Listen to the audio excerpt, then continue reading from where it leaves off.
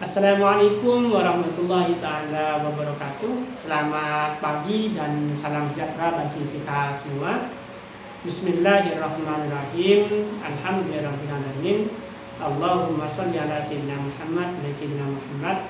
Allahumma faqihna fid din wa 'allimna tafwid. Allahumma faqihna fid din wa 'allimna tafwid. Allahumma faqihna fid din wa 'allimna tafwid. Rabbi zidna ilma warzuqna fahma. Amin amin ya rabbal alamin. Baik, apa kabar teman-teman mahasiswa yang berbahagia? Alhamdulillah, hari ini kita bisa berjumpa kembali di mata kuliah metodologi penelitian yang dimana pada hari ini kita masuk pada pertemuan yang ketujuh. Dalam materi hari ini kita akan mengkaji tentang jenis dan pendekatan di dalam penelitian. Seperti apa yang kita pahami pada materi sebelumnya, teman-teman, dalam penelitian hukum itu ada 3 jenis penelitian. Pertama adalah jenis penelitian hukum empiris, yang kedua adalah jenis penelitian hukum normatif, yang ketiga adalah jenis penelitian hukum empiris normatif, di mana jenis penelitian ini akan menentukan pendekatan apa yang akan digunakan dan metode seperti apa yang akan kita gunakan nantinya ketika menyusun proposal, menyusun skripsi, menyusun tesis, menyusun disertasi, menyusun karya ilmiah maupun menyusun artikel jurnal seperti yang sering kita baca dan sering kita gunakan sebagai bahan referensi. Dalam penelitian hukum empiris, tentu seperti apa yang namanya empiris, berarti kita bagaimana data yang digunakan adalah data langsung dari lapangan, baik dari hukum, baik dari lembaga hukum, baik dari masyarakat, baik dari budaya dari masyarakat yang dilakukan, kemudian baik dari praktek hukum di lapangan.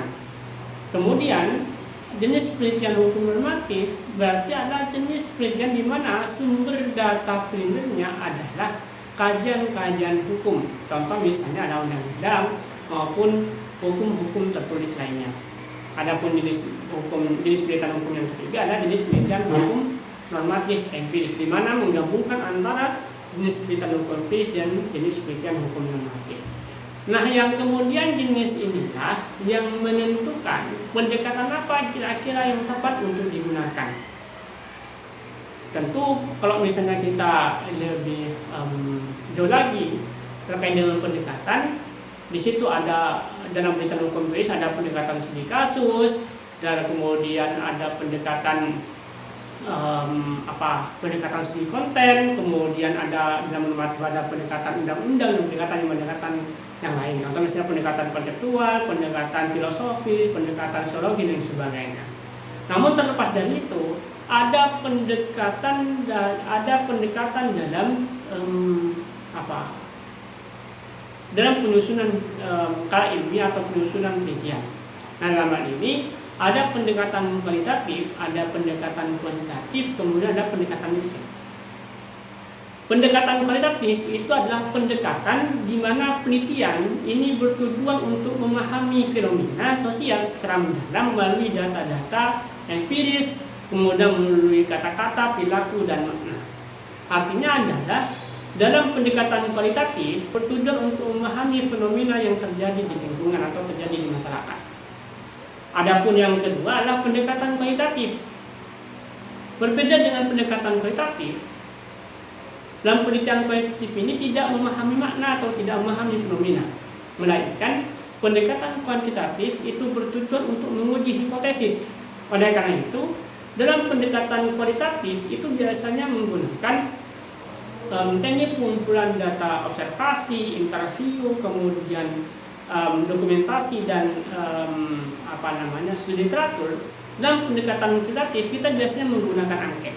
Angket ini adalah bagaimana kita mampu mendapatkan informasi dari kuesioner yang diberikan kepada responden untuk diisi, kemudian bagaimana data yang dikumpulkan itu mampu diolah kemudian menjadi data real untuk menghasilkan kesimpulan atau untuk mendapatkan hipotesis dengan pengujian awal. Nah, kemudian yang ketiga adalah pendekatan campur atau mixed method.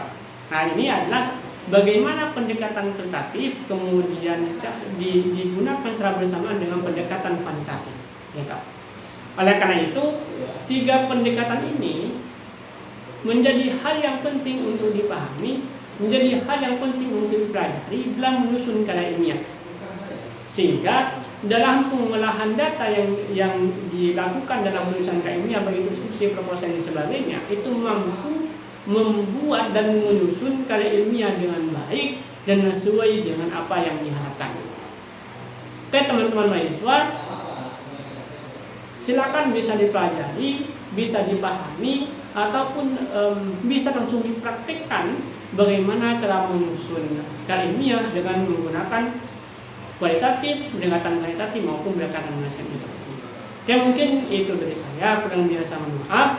Mari kita tutup perkuliahan ini dengan hamdulillah bersama. Alhamdulillahirabbil alamin. Semoga apa yang kita diskusikan dari ilmu yang manfaat dan bermanfaat untuk kita semua. Wabillahi taufiq wal hidayah. Wassalamualaikum warahmatullahi wabarakatuh.